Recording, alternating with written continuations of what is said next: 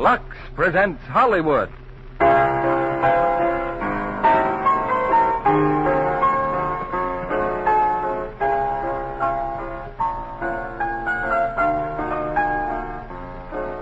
The Lux Radio Theater brings you Don Amici and June Dupre in Alexander Graham Bell. Ladies and gentlemen, your guest producer, Mr. Mitchell Lyson.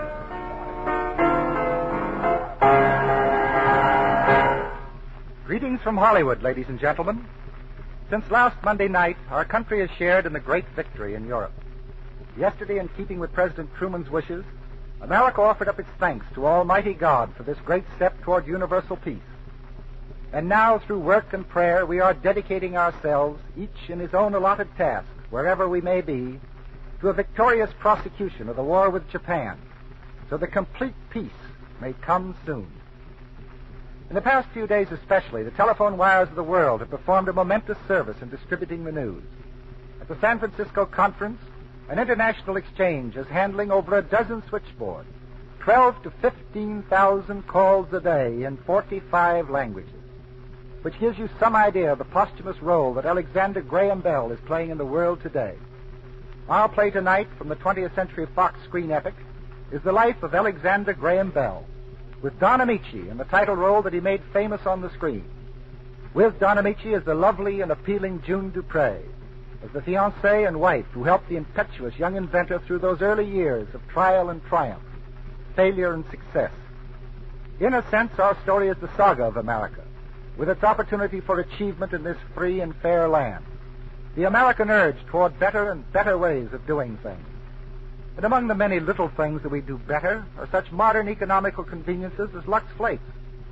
Indeed, it is your recognition of this fact and your continued use of Lux Flakes for your dishes and washables that raises this curtain every Monday night and that presents this evening Alexander Graham Bell with Don Amici in the title role and June Dupre as Mabel Hubbard.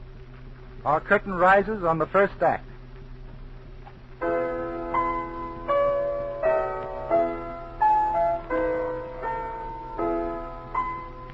It's a wintry evening in Boston, 1873. On the top floor of a Newton Street boarding house, a little boy, deaf and dumb, is lying in bed. He is George Sanders. Though he can't speak, his eyes shine and he smiles broadly, for he's having visitors. His father and two other men. There now, Mr. Sanders. George will be wide awake in just a minute. Thank you, nurse. Oh, my boy, you're glad to see me, aren't you? Didn't you think I was coming tonight? I come to see you every day. How old is the boy, Mr. Bell? He's 8, Mr. Hubbard. He's been living here several weeks. That way I can work with him much more closely. He's never spoken a word? No, sir, never. He was born a deaf mute. I came here tonight with Mr. Sanders because of what he's told me about you. About your being able to speak to his boy. I do it by means of this glove. Glove? Yes. You see, it has all the letters of the alphabet on it. I'll show you what I mean. George and I are going to talk, Mr. Sanders. It's amazing, Hubbard. Amazing. Now, just turn his head toward me. Look at that smile. Now, I'll spell out something with the letters on the glove. He's shaking my hand. Yes, that's what I asked him to do. Now, something else. He's nodding his head, yes. I asked him if I should tell Mr. Hubbard about our glove. Well, I began by teaching George how to spell simple words like C-A-T and then showing him the cat. Now, by touching the letters on the glove, I can talk to George almost as rapidly as I can talk to you. But I understood you were teaching him to actually speak. Oh, watch this.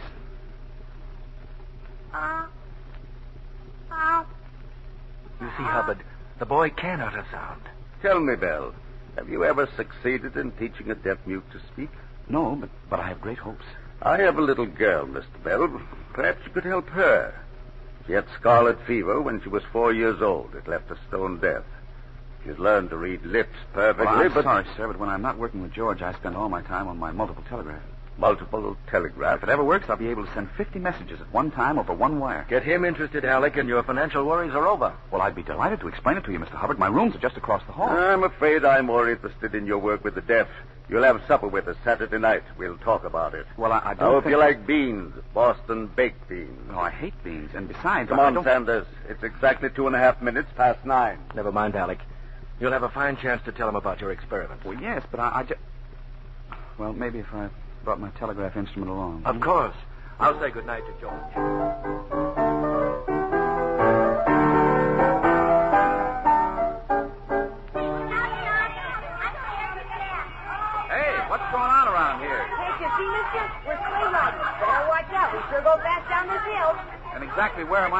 sidewalk? I don't know, mister. Can you tell me which is Mr. Hubbard's house? Down in the next block. Hey, watch out. Hey, look out. Gangway. What, Look out. you mean... Hey, hey! Look out. But I can't, Oh, I'm very sorry, but I shouted. Yes, I'm perfectly aware you shouted. You were all 10 feet away going 40 miles an hour, and you were thoughtful enough to shout at me. Thank you. Oh, dear. The snow got down your neck? Yes, that's a logical result of diving headfirst into a snowbank. Are you hurt? Oh, no. Do you realize what you might have done? This box, you might have ruined the most important piece of electrical equipment in the city of Boston. Did I? Oh, no, I don't think so. Oh. The sidewalk is no place for sleds.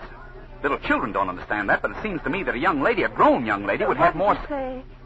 Would you mind speaking a little more distinctly?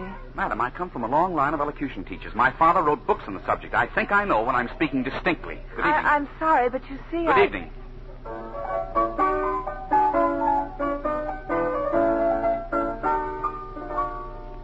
I thought I'd bring my apparatus along, Mr. Hubbard, just in case you'd like it explained. Yes, must be very interesting. Mother! Yes, Governor. Mother, it's exactly 26 minutes past 6 o'clock. Yes, dear, supper's a young time. We're just waiting for the girls. You'll notice these tune reeds, Mr. Hubbard. They're made of flattened steel clock springs, one end of which is attached to the poles of these electric magnets, while the other end is free to vibrate over the other poles. Oh, come in, girls. Mr. Bell, these are my little girls. Your little... Oh, but I thought you had... This is Gertrude, Bertha, How do you do? Grace, and this one is Mabel. Well, Oh, well, how do you do? Now run along, ladies, run along. Supper time. Oh, Mabel. Oh, Papa's calling, Mabel. Yes, Papa. Mr. Bell, this is the little girl I was telling you about. Mr. Bell and I already met Papa on the street. I knocked him down. I'm awfully sorry, Mr. Bell. He makes things, Mabel. He was telling me about his telegraph. Oh, please go on, Mr. Bell. Well, I was just... Only you must look at me when you speak, Mr. Bell, otherwise I can't see your lips. Oh, forgive me. Well, when the steel spring transmits its electrical tone into the wire here, theoretically only its mate in the receiver should respond. And I'm sorry if I said anything out in the street to offend you, Miss Hubbard. Huh? But you didn't, and do go on. Well, it's rather technical, and besides... Besides what? It may not work. Now, there's a realistic young man. Oh, but it will work. I'm sure it will. Papa, supper's ready. This is the third successive night that supper has been between 3 and 5 minutes late. Coming, Mr. Bell? What? Oh, yes. And I hope you like baked beans. Lots of baked beans. Oh, I love baked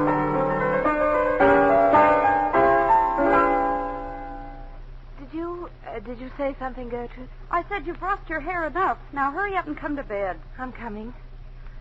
Gertrude, don't you think he has a very nice face? Papa? You know very well whom I mean. Mr. Bell? Oh, I thought he looked all right for a plain man. His eyes, he has such nice eyes. They get all full of sparks when he talks. Oh, Mabel Hubbard. Gertrude, please. Well, I'll say this much. He certainly hypnotized Papa. Imagine our Papa putting money into a telegraph, agreeing to pay for his experiments. Gertrude, What? do you think he'll like me? I mean, even if I can't, if I'm deaf, Oh, of course he will. And that'll make him like you 10 times as much. then I'm going to marry him. What? I knew it the minute I saw him lying in the snowbank after I knocked him down. But what'll Papa say? Papa? Oh, I'll just close my eyes, and then I won't see his lips, and I won't be able to hear what he says. Besides, Papa mustn't know yet. Well, Mr. Bell's coming for supper again Monday night. Gertrude, nobody must know yet. Oh, all right. I won't tell. But you've got to promise to tell me everything Mr. Bell says and does. Everything? Everything. Mabel, Hmm? you know, if you hadn't married him, I would. Oh, Gertie. Gertie. I think this is the nicest day we've had all spring, Mr. Bell, don't you?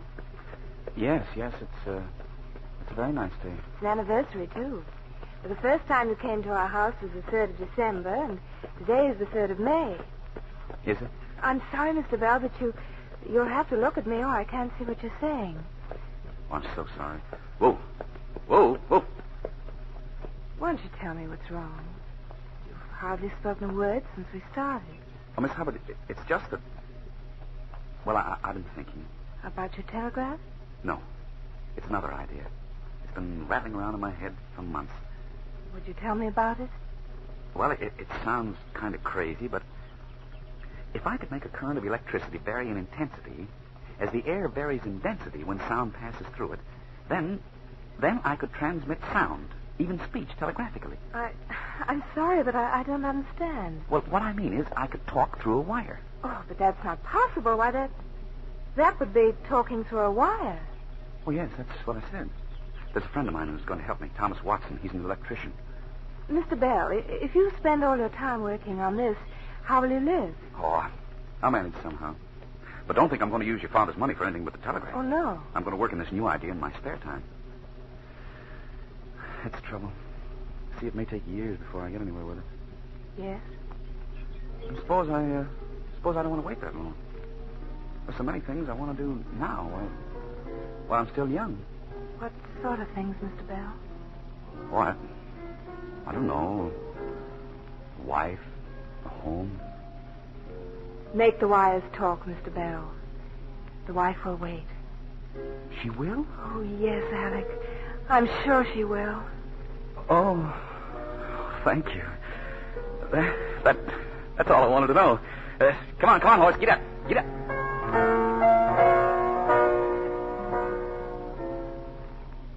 Well, where have you been, Mabel? It's after supper time. For the most glorious ride in the world. Oh, Gertrude, I'm so happy. Well, you better tell Papa you're home. No, not yet. I feel too good. Oh, we talked so much, and finally it got dark, and Alec had to stop the buggy on the street lamp so I could see what he was saying. Well, what did he say? The most exciting thing. He said it? He said that he loves you? No, not exactly that. Oh, then what? Well, he's going to invent something. Alec's going to make wires talk. He's going to make wires talk. But he can't say I love you. But he does, Gertrude. I know he does. Oh, I know he does too, darling. Alec Bell. Mrs. Alexander Graham Bell.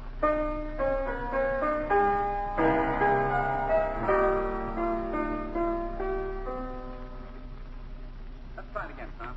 Are those wires stretched out? Yep. Far as they'll go. Well, you stay on that side of the room with the transmitter. Start vibrating the spring. Honestly, I'm no genius, Alec. I'm just a plain, ordinary fella. I didn't go to bed at all last night. I like to sleep.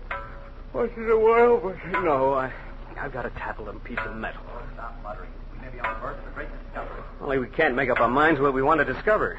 Multiple telegraph or how to talk through a wire. Tom, come here. See these brass springs? I can only find 4. Oh? They're just enough money for 5, 25 cents each. Where's that other one? I ate it, Alec. You did what? I didn't mean to. I was just walking along the street, and then I saw that food in the window. I tried not to go in, but I just couldn't stand it. You ate one of my springs. You took our last 25 cents to fill your miserable little stomach. Go on, get back the transmitter. Yes, I did. I'm through stock. I'll go after the Indian territory. I live on Buffalo State. All right, go. You want me to keep this thing vibrating? Yes. Furthermore, it was my money as much as yours. Wait. Now what? Don't touch a thing. I didn't do it. What did you just do? The string stopped vibrating, and I just plucked it. It was like a note of music. And it came through this wire. Well, this contract. The screw got stuck, and I just snapped it. You just... While the circuit was unbroken? I suppose so. Then that strip of magnetized steel was generating its own current. Do it again. Wait, no, wait a minute. All right, now. Do it now. It works. I heard it again. Tom, we found it. What we've been looking for, an undulating current. For the first time in history, we've sent sound through a wire. First time, nothing. What you should say is that this is the first time the right men have heard it and knew what it meant. Oh, what does it matter? We started to work on the telegraph, and now we're on the trail of the telephone. Telephone? What's that? It's an apparatus for transmitting the voice. It means sound from afar. Here, take this receiver. Alec, where are you going? Well, I'm going to tell Mabel, of course. Telephone.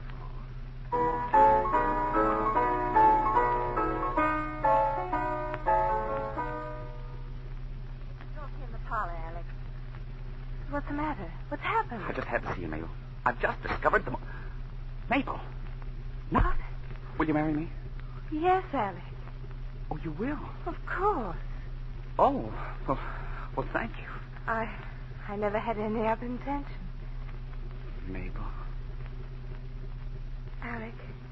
What, darling? Now that you've kissed me, aren't you going to tell me that you love me? Oh, please, I want to hear you say it. I love you, darling. It's It's so dark in here I can hardly see. Here. Now say it. I love you. Oh, don't move, Alec. Don't even breathe. I want to remember this moment all my life, just as it is. And so do I. I want to... Oh. What is it? Oh, I forgot to tell you. The telephone. I've got it, Mabel. I found a way to talk through a wire. Alec. That's why I could ask you to marry me. Oh, I got to go tell your father. Where is he? No, Alec, no. He's in the library reading. Maybe you'd better wait. Oh, no, not me. I'll handle him, darling. You just watch. Oh, Mr. Bell. I'm reading a book, Mr. Bell. Yes, sir. I see you are. I allow myself 30 minutes with the classics every evening. In 40 years, I haven't missed 3 such evenings, except perhaps on my honeymoon. Have it, Mr. Bell. Set a regular time for everything and do it. Yes, sir. But what I wanted to tell you was... Here, have a cigar. No, thank you. If you don't mind, Mr. Hubbard, Mabel and I would like to get married. Mabel and you... Sit down, Mr. Bell. Has my daughter accepted you? Oh, yes, sir. We love each other. Well, that always helps. Mr. Bell, may I inquire what prospects you have? Well, I don't suppose I have any. Unless it's the telephone. The what? The telephone, Mr. Hubbard. This very night, just a little while ago, I made a very valuable discovery. I actually sent sound through a wire without the use of a battery. Sound without a battery? Before long, I'll be able to send speech. Before how long? Well, I can't answer that, but someday I know I'll make a telephone. Someday you were going to make a multiple telegraph. Well, I'm giving that up, sir. This is much more important. Mr. Bell, you have many virtues. On the other hand, you are emotionally unstable. Jump from one enthusiasm to another. Do you deny that? Well, the telephone is more important. Yes, stubbornness is another failing. Waste your own time if you wish, Mr. Bell. But the sooner you stop wasting my money, the better. You can expect no more support from me. And, Mabel? What kind of a father do you think I am? Not only will you not marry Mabel, but you will not come to this house again. Mr. Hubbard, please let me show you what I have. 12 minutes after 8. I take a walk every evening. I should have been well past Harvard Square by now. Would you care to accompany me? No, thank you. Well, in that case, good night, Mr. Bell. Good night.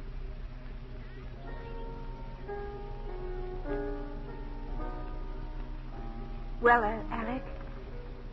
He doesn't even want me to see you, darling. Alec. Prospects. I haven't got any prospects. Don't stop your work, darling. Don't stop it for anything or anybody. But don't you see, Mabel, he's right.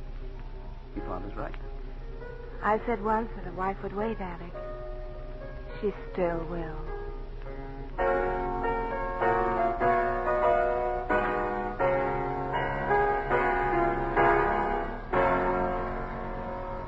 Our stars Don Amici and June Dupre will bring you Act 2 of Alexander Graham Bell in just a moment. Now, Barbara is just starting to wash some stockings when... Oh, darn. The minute my hands are wet. Oh, hi, Janie. Come on in. I can't stay a sec. I was just going downtown. Come on out in the kitchen a minute. I'm washing. Well, only a minute. Say, the other day, My goodness, Dad. Do you put stockings in with your wash? Oh, most of these have runs anyway. I wear them around the house. So I see. That's a beaut you've got on. Oh, don't rub it in. 3 days after I bought them. Where'd you get them? That little shop on the corner of Main Street. And I'll never go there again. Why, that's where I get mine, and I've had these, well, let's see, at least a month. I guess you're just lucky. Maybe. But if you don't mind my saying... Hmm? Well, it could be the way you wash them. Well, what do you mean? That cake soap, rubbing like that. You've got to treat stockings gently if you want them to wear. I always Lux mine. Barbara's bound to get more wear from her stockings, too, if she changes to Lux. Perhaps twice as much. You see, strain tests have proved that stockings washed with Lux Flakes last twice as long as those washed with a strong soap or rubbed with cake soap. And these days, stockings are often hard to get, so it pays to give them Lux care. Be sure to wash them after each wearing and dry rayons at least 24 hours. You will cut down runs, get extra wear from every pair with Lux. Here's Mitchell Lyson with tonight's stars. And now Act 2 of Alexander Graham Bell, starring Don Amici in the role of Alec and June Dupre as Mabel Hubbard.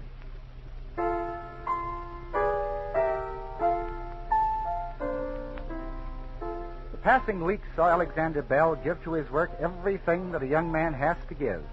His burning energies, his wild hopes, his last dollar, and his health.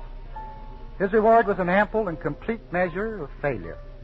Worn out and dejected, he's come now to his friend Thomas Sanders, the father of little George, the deaf mute. today, so I took George and the nurse to your mother's place in Salem. How is he? Oh, George is fine, Mr. Sanders. But I guess it's better if he lives somewhere else than with me. I simply don't understand it, Alec. Well, I've just explained it all. But what could you do to be thrown out of your boarding house? It's what I didn't do. Pay the rent. You get a salary from me. You took my money, built up my hopes, and now you walk out on my boy. That is not so. You could have asked me for an advance. Again? No. Besides, where Watson and I are living now, it's not a suitable place for George. That's the only reason I took him to Salem. Your mother's delighted, and I plan to visit him there every other day. Forgive me, Alec. I had no right to get upset. Where can I find you? There's an attic over the Williams Electric Company on Court Street. Well, Cheer up, Alec. How's Mabel? I haven't seen her for 2 weeks. Her father doesn't want me at the house. Sometimes we manage to meet on the street. If I could... And your work on the telephone? If I had any sense, I would have stopped long ago. I'm licked, Mr. Sanders. Then give it up. You're killing yourself. Up till now, it's meant too much to me to stop. I'm giving it just one more month. One more month. Bye. Goodbye, my boy.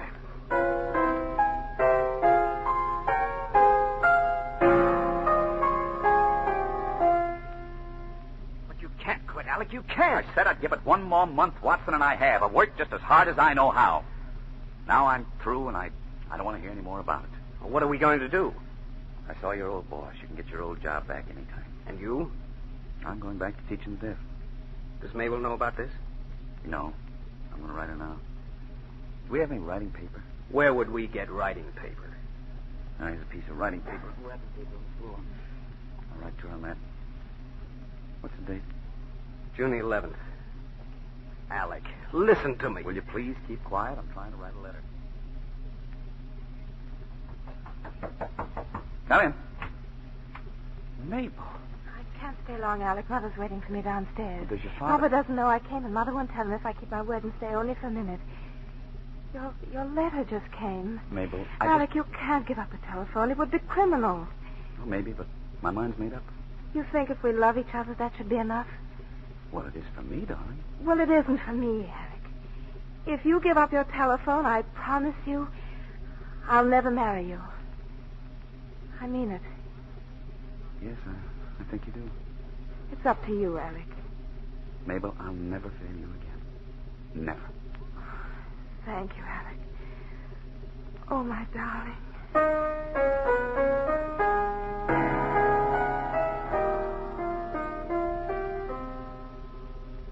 Alec, you wait. Mm-hmm. What are you thinking about?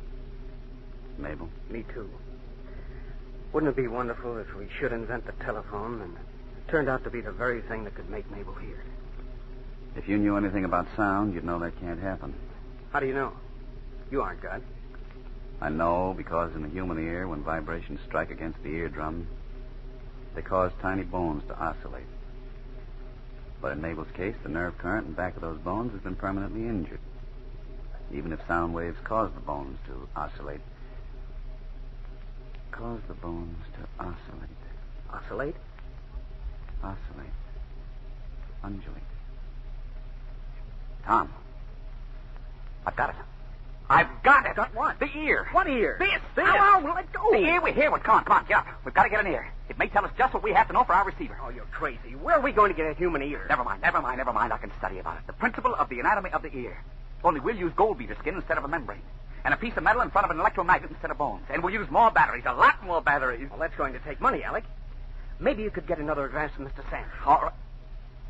No. No. We've had 3 already. And for less and less work with his little boy.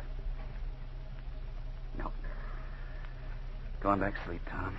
If I wake up in the morning with one ear Go less... to sleep. Alec, the window. Is that snow? Snow. Tom, do you realize it's almost Christmas? Almost Christmas. Christmas. Dinner. A great big turkey. I can even smell it. Yeah, I've dreamed about one for me, too.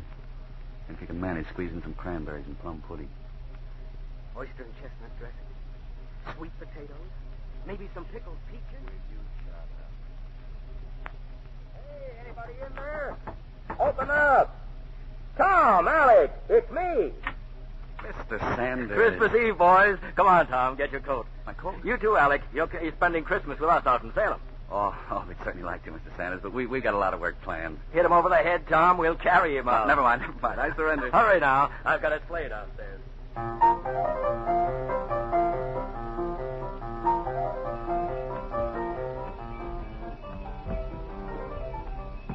Hello, Mama. We're here. Come on in, boys. Thomas. Oh, Merry Christmas, son. Merry Christmas, Mr. Sanders. And this is Tom Watson, Mama. Now, don't try to balk, young man. I'm going to kiss you, too. Girl in my arms again. It's wonderful. Where's George? He's still awake, dear, waiting for you. Alec, before I go up to George, I have a little surprise. Look, in the parlor. Mabel. Oh, Alec. Merry Christmas, darling. Mabel. And Gertrude. You couldn't come to see her, Alex, so Mr. Saunders arranged this. Father thinks we're in church, poor dear. Oh, there's a Santa Claus after all. There surely is. Oh, you should have seen her when she got here, Alex. Loaded down with presents for everybody, especially you. Oh, you shouldn't have done that, darling. I'm afraid this year I haven't anything for anybody. Alec.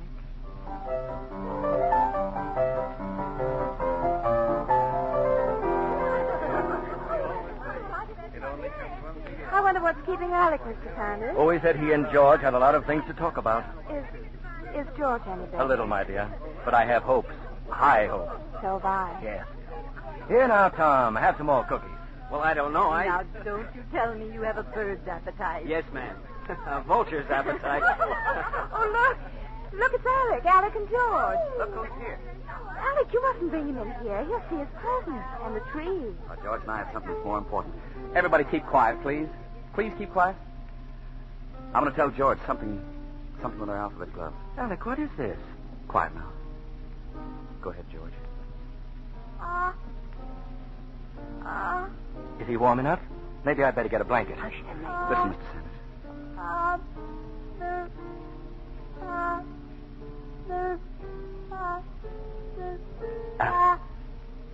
Alec. Take Mr. Sanders. He wants you. George. My little boy. And you, Alec. You didn't have a Christmas present for anyone.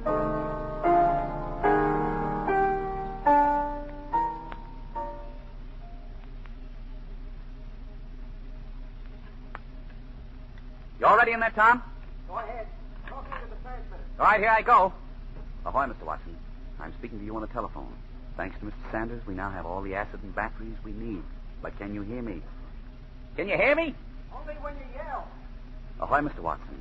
This is Alexander Graham Bell speaking to you on March 10th, 1876. Ahoy. Nothing coming through, Alec. Well, stay there. I'll get some more of this acid. I'll pour it into the... Oh! Tom, come here. I want you, Tom. Hurry.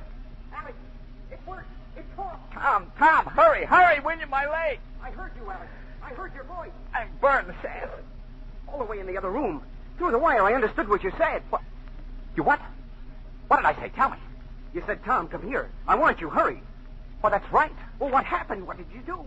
Sulfuric acid in the water. That made the water conductor for the electric current, transmitting the voice. And it worked. Tom is a success. Oh, my leg. Alec. That bottle of acid, it broke. Your breeches. You're all burned. Your leg. Sit down. We've got to do something. I should say so. Get me some lard and a pair of pants. Father, no father, I'm going to see Mabel.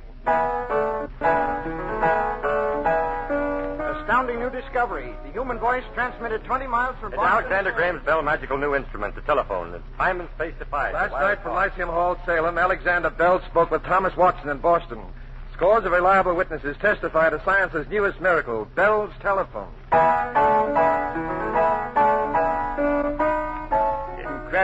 Incredible. Why, the newspaper says that Mr. Bell claims the human voice can be transmitted as far as wires can be stretched. And listen to this, Papa. On first hearing the telephone, the articulation may seem to be indistinct. But after a few trials, the ear finds little difficulty in understanding the words. Yes, most interesting, my dear. But it's just like Mr. Edwards says. Mr. Edwards? Yes, the banker. He was present at the demonstration. Mr. Edwards calls the telephone a toy. His advice to his friends is, keep your money in the bank. Well, I suppose Mr. Bell is still in Salem making a show of himself. No, Papa. He wants to see you. Alec and Mr. Sanders are waiting for you in the library.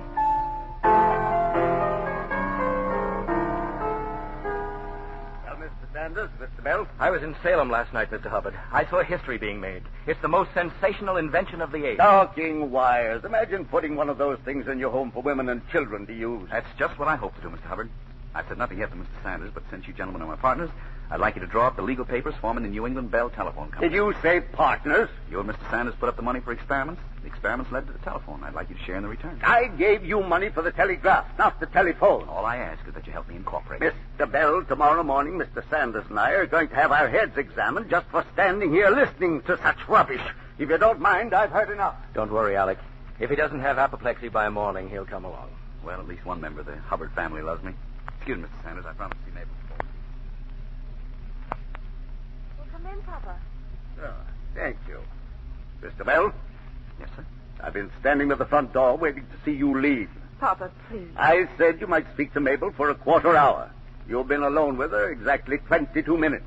Excuse me, sir. 23 minutes. Mr. Bell, I've just done something I've never done before in my life. I've changed my mind. Papa. You mean Mabel and I... I refer to the telephone. Oh. Maybe that I'll decide to give you a little support. But, Papa, what about us? What about Alec and me?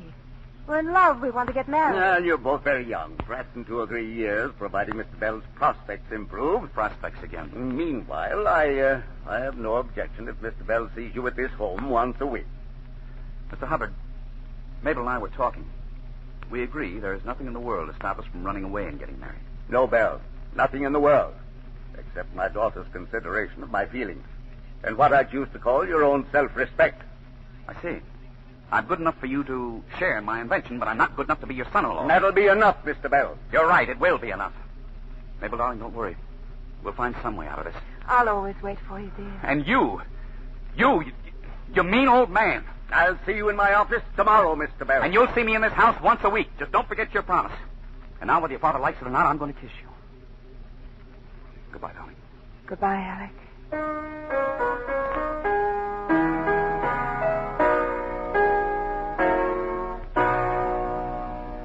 We pause now for station identification. This is CBS, the Columbia Broadcasting System.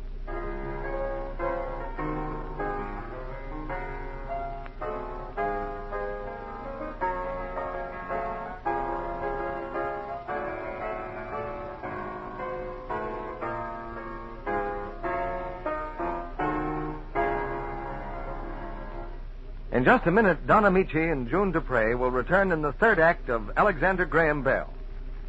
Say, Libby, I thought I'd help you out tonight and dig up some fashion tips myself. Oh, I was going to talk about the new petticoat. That's just what I was going to tell you. Let me see my notes. Yes. Most petticoats are now made with a band rather than a yoke, and the full ruffles, which extended up the back to give the effect of a bustle, are not often used. Casings in which steels are run to be removed when laundered replace these ruffles. Well, that doesn't sound like my information. I was going to say that smart petticoats this spring have ruffled bottoms that match a printed blouse or waistcoat. But what's this about steels? It was written in the spring of 1888. Oh, fine advice that is.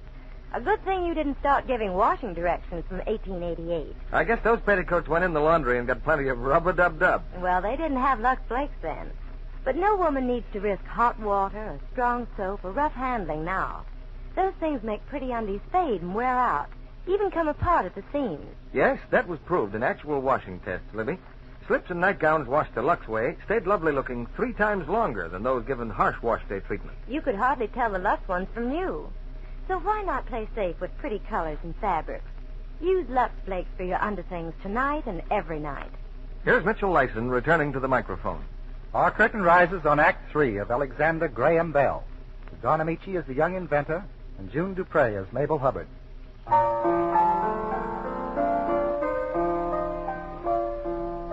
For 12 months, the New England Bell Telephone Company has been in business. It's still far from successful, but at least the 12 months have meant 52 visits with Mabel Hubbard, and Alexander Bell's a happy man. Quite the opposite of Mabel's father, who's glaring now at the telephone company's annual statement. Just look at these figures, Mr. Bell. Look at them. We know them backwards, Papa. I'm talking to him. Do you realize I've let myself in for more than $7,000 while your entire assets amount to... 207 telephone instruments. With a net loss of $621. Now, exactly what do you intend to do about it? I've got it all figured out. I'm going to England. England? That's right, sir. I just had a letter from Sir William Thompson. He's sure he can arrange a demonstration of the telephone before Queen Victoria. Alec. He says if the Queen installs the telephone in the palace, he feels sure the whole world will follow suit. Oh, that's wonderful, Alec. Of course they will. And who's going to pay for your pilgrimage to London? Well, sir, I felt as long as you had so much money invested already, you'd like to see it protected. Mr. Bell, I used to call you a fool. I apologize. You're a genius. I'm the fool. Papa, I'm sure we can manage somehow. Did you say we? Yes, Papa. If Alec goes to England, I'm going to marry him and go along. Mabel. Now, just one moment. Father, I'm closing my eyes. I can't see a word you're saying. Well, maybe you're right. Oh, my goodness. Queen Victoria. Mr. Bell? Yes, Father? You may open my daughter's eyes.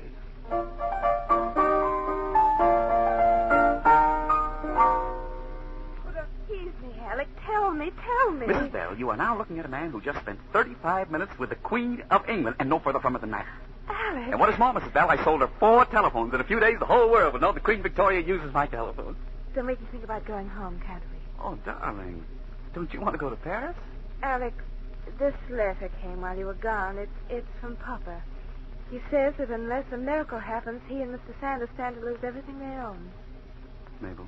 Somebody has started another telephone company, Alec. They say their telephone is much better than yours. All their subscribers are canceling. The letter, may I see it? Here, darling. A new company called the American Speaking Telephone Company has been organized with the backing of the Western Union. Western Union? They've got millions of dollars, Alec. What can you do? Do? Why, fight them, of course. Fight them with everything we've got. Excuse me, I'll go make reservations home. I made them an hour ago, dear. We leave tomorrow. I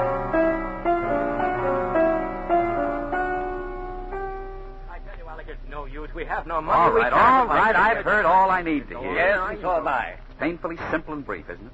We have no more money and we can't borrow anymore. The banks laugh at us, Alec. Then there's no point delaying it any longer. Tomorrow we're bringing suit against the American Speaking Telephone Company, charging infringement of our patent. Fight a $40 million concern, Western Union. Alec, they'll get the best lawyers in the country. What if we lose? The court costs alone would wipe us out. That's a chance we'll just have to take. Well, Alec, I was too young to fight the Civil War, but this looks like as good a fight as any to me. Yes, and just what are we going to fight with? The truth. Well, son, that's always been a pretty good weapon. Maybe more people ought to use it. Come on, let's find us a lawyer. Bell's American Speaking Telephone Company, New York City, scene of trial. Defense counsel charges Bell obtained patents fraudulently. Bell to take witness stand today.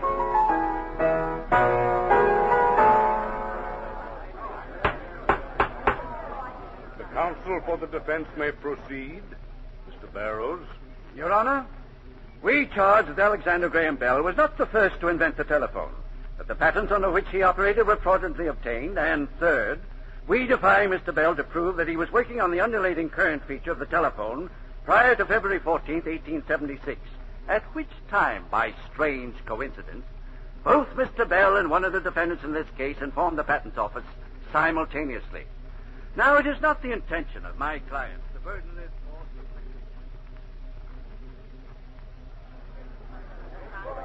Then let me ask you this, Mr. Bell. Is it not so that what you call the undulatory feature of the telephone makes the difference between a telephone that works and one that does not? Yes. That's the briefest answer we've had from you since this trial started. Now tell me this. Have you a shred of proof that you were working on the undulatory feature prior to February 1876? Only my word and the word of my friends. I didn't have time to record my findings. You were not aware that 5 other men were working along similar lines prior to that time? No, I was not. Very well. You see these papers, Mr. Bell? What are they? I've already identified them. They're rough drafts of my patent application. Ah, yes. And isn't it odd that they refer in no way to the undulating current? I told you before, the features of undulating current were added later when I completed and redrafted my applications. Could they have been added after you filed the application? Certainly not. Then could you have gained access to the Patents Office, copied into your application certain paragraphs from another application, filed in the Patents Office the same day as your own? Your question's insulting. I refuse to hear it. Answer me. Did you connive to steal the basic principle of your telephone, yes or no? Your Honor, Counsel for the plaintiff. In the name of decency, I protest against Mr. Barrow's insinuation. Your Honor, all I ask of Mr. Bell is that he produces one single bit of legal evidence to prove his contention. But will he? No, because he hasn't any proof. None exists. Mr. Bell, this court wants you to have every opportunity to establish your claim. If you have any proof, I want it here Monday morning. Until then, this court stands adjourned. Alec, are you sure you have no papers? No sketches, nothing? Nothing that I know of, Mr. Sanders. I've done all I can do. I'm going home. Boston? I got a telegram this morning from Tom Watson. Tom can handle what's left of the business? It wasn't business. Mabel is sick. They think it's a mastoid. Mastoid? They don't know for sure. I've got to go to her. There's a train late tonight. Alec, there's nothing in the world I wouldn't do for my daughter. You know that. At least let me telegraph Mother and find out if we're needed. Mr. Bell, as your legal counsel, I must warn you. If you leave this trial now, you'll lose. I'm sorry. I'm going home.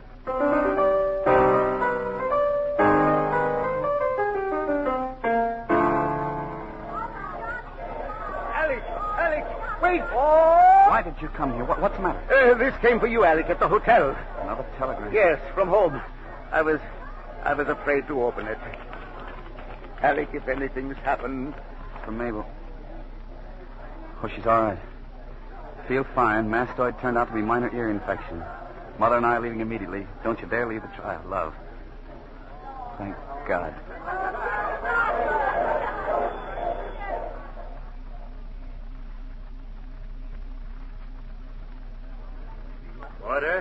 Order in the court, please. Have I missed anything, Alec? What's happened? Well, they were having a few minutes recess.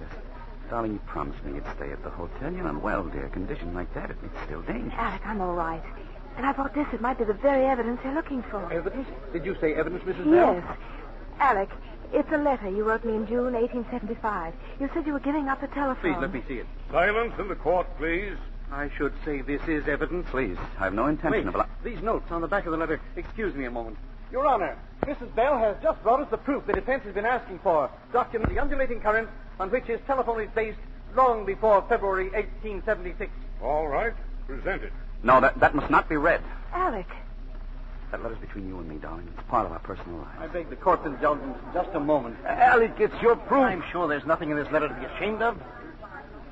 I'd rather not do it. Your Honor, Mr. Bell refuses to submit the new evidence. Alec, the first and I hope the only time in my life, I'm going to disobey you.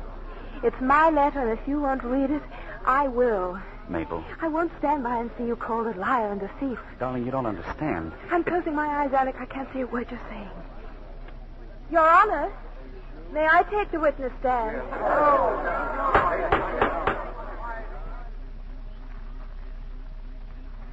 When is the letter dated, Mrs. Bell? June 11th, 1875. Will you read it, please? My dearest one, I know now that above everything in life, I want you. Without you, I am nothing.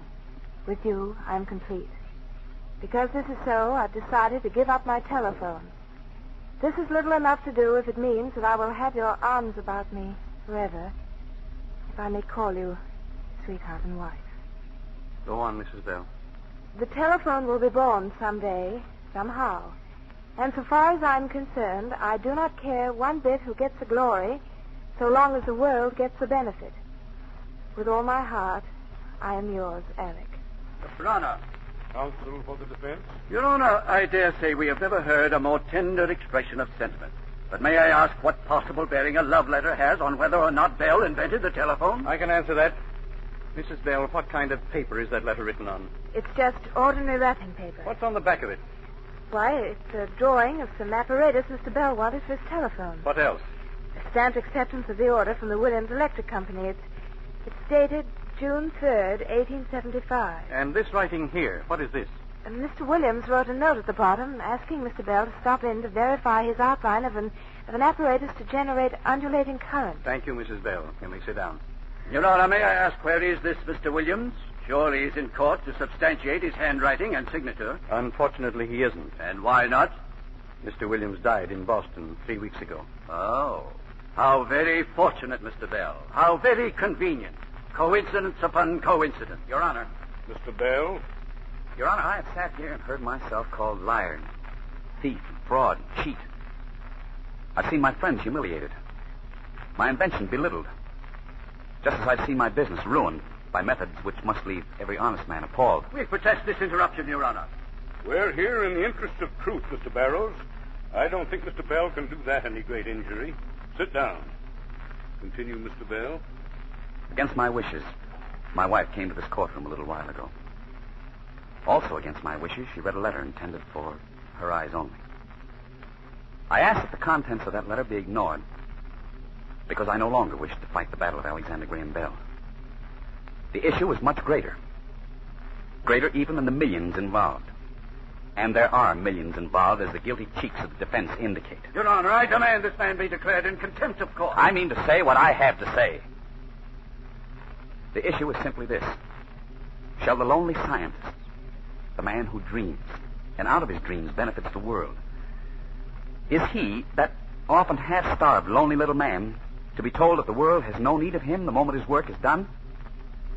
Is he to be told that others, less gifted but stronger, men with money and power behind them, are waiting to take the product of his mind and turn it to their uses, leaving him with liar and thief branded upon him as his only reward?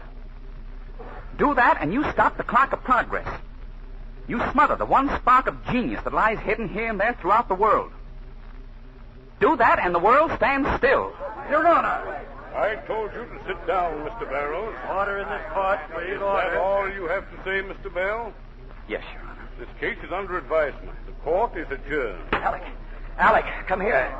It's Mabel. What's the matter? Darling, what is... Mabel. All of a sudden, she collapsed. We've got to get her out of here at once. Somebody get an ambulance. An ambulance, quick. Ambulance? But there isn't one within 20 blocks of here. You've got a telephone, though, if you know how to use it. Telephone? Where? Quickly. This way. Come with me, Mr. Simon. Doesn't anyone answer, Alec? No, not yet. Ahoy. Ahoy. Keep trying. I will, but you better not wait. Get an ambulance. There must be one somewhere. Ahoy, this is Alexander Graham Bell speaking. I want an ambulance. Hurry, please, Mr. Sanders. This fool thing will never work. Ahoy. Ahoy.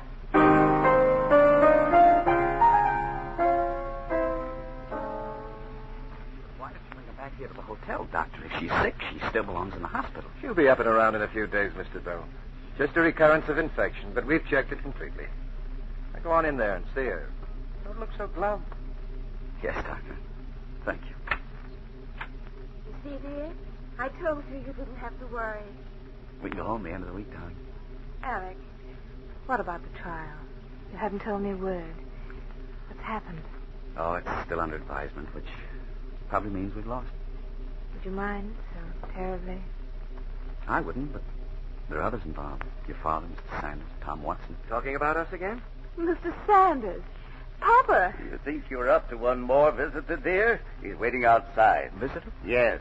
The president of the Western Union Company. Well, can't keep him waiting, can you? I'll get him. What does he want? Right in here, sir.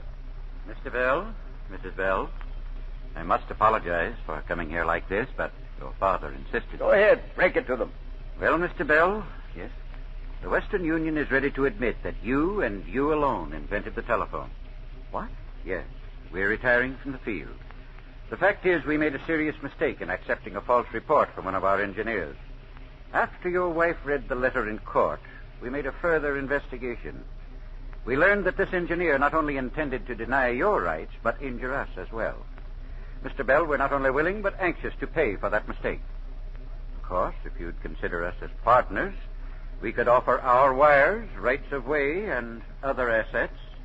You could. For, shall we say, 1/5 interest? Well, I don't know what to say. I ought to warn you, you own what is probably the most valuable single patent ever issued. Well, Alec, the prospects look very inviting. I better ask my wife. Darling, you know I never interfere with your business. Well, then, I accept. Thank you, Mr. Bell. Splendid.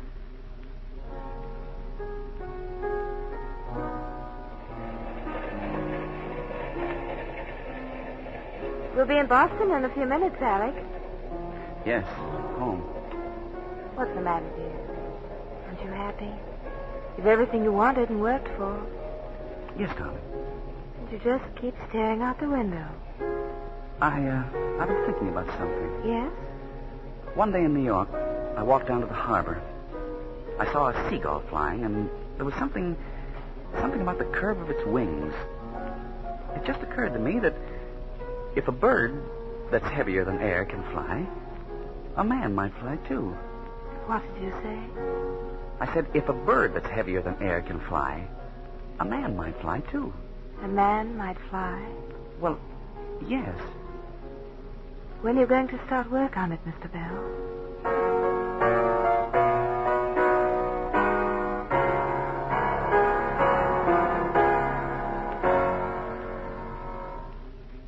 Now that we've given Alexander Graham Bell full credit for the telephone, let's give full credit for a fine performance of tonight's stars, Don Amici and June Dupre.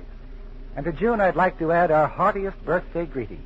Oh, so today's your birthday, June. That's right, Don. Well, you ought to take the day off.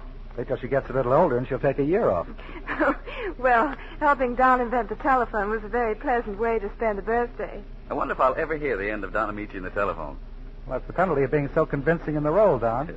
You know, June, in the Army, they call telephones Amicis. When are you going to make some more inventions on the screen, Don? Well, I'm scheduled to do the life of Hiram Maxim, the man who perfected the Maxim silencer. Well, that's very logical. First you invent the telephone, and then you invent the silencer. Why don't you just pull the phone out by the roots? Well, this Maxim was quite a guy.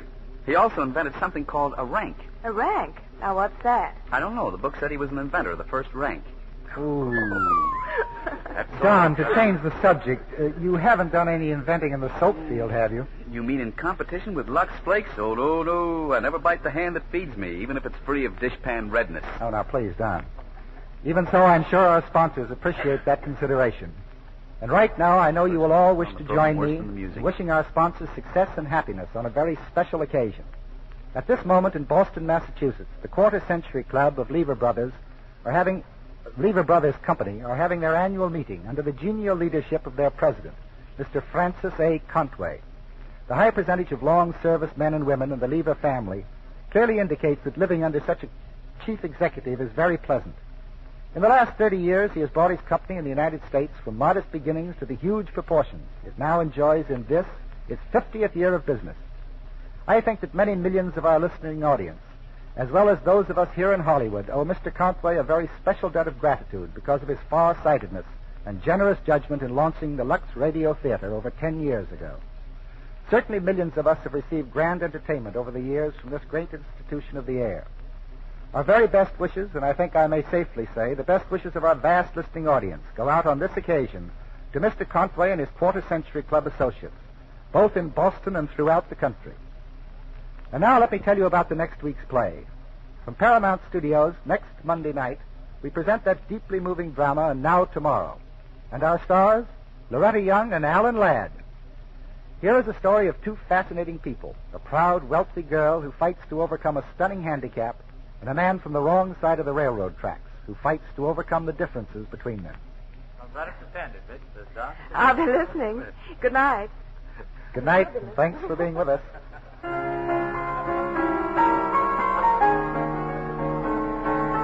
Our sponsors, the maker of Lux Flakes, join me in inviting you to be with us next Monday night when the Lux Radio Theater presents And Now Tomorrow with Alan Ladd and Loretta Young.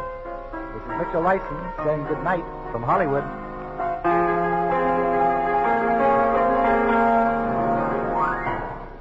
With Germany defeated, many supplies will be released from the European front to strengthen our all-out war against Japan. This is not true, however, of waste fats and greases. The Japanese still control the major natural sources of these products, so essential, so effective to warfare. You must help equalize this disadvantage by saving every drop of waste fats from your kitchen. Don't let this war drag on because of such a small neglect. Save all your waste fats. Take them to your butcher regularly. In return, he'll give you 2 red meat points plus 4 cents for every pound. Alexander Graham Bell was presented through the courtesy of 20th Century Fox Studios, producers of the Technicolor feature Billy Rose's Diamond Horseshoe. Don Amici, who appeared through the courtesy of Standard Brands, will soon be seen in the Jack Skirball production for United Artists, The Guest Wife. June Dupre appears through the courtesy of RKO Pictures, producers of The Enchanted Cottage. Heard in tonight's cast were Truda Marson, Charles Seal, Francis X. Bushman, Tommy Cook, Dickie Myers, Regina Wallace, that gets me, Myrna Dell, Edwin Rand, Gwen Delano, Stanley Farrar, Herbert Litton, Paul McVeigh, Ferdinand Mounier, Boyd Davis, Griff Barnett, and Norman Field. Our music was directed by Louse Silver. This program is broadcast to our fighting forces over through cooperation with the Armed Forces Radio Service. And this is your announcer, John M. Kennedy, reminding you to tune in again next Monday night to hear And Now Tomorrow with Loretta Young and Helen Ladd.